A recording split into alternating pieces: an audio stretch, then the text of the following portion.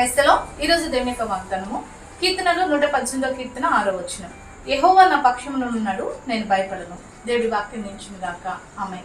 అవునండి, భక్తుడు చెప్తున్నాడు, దేవుడు నా పక్షంగా ఉన్నాడు కాబట్టి నేను భయపడను. శత్రువుకు భయపడను, శ్రమకు భయపడను, కరువుకు భయపడను, రోగానికి భయపడను. అది ఎలాంటి పరిస్థితి అయినా, ఎలాంటి యుద్ధమైనా, ఎలాంటి పోరాటమైనా, ఎలాంటి సమస్య అయినా భక్తుడు చెప్తున్నాడు, నేను భయపడను. ఎందుకు భయపడను అంటున్నాడంటే దేవుడు నా పక్షంగా ఉన్నాడు. మన పక్షంగా ఉన్నవాడు బలమైన దేవుడు అండి, సజీవుడైన దేవుడు.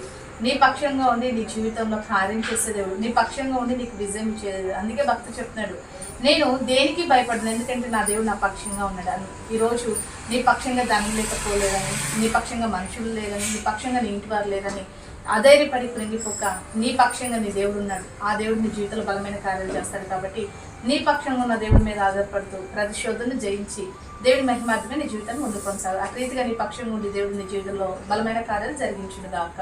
ఆమేన్. ప్రార్థన చేసుకుందామండి.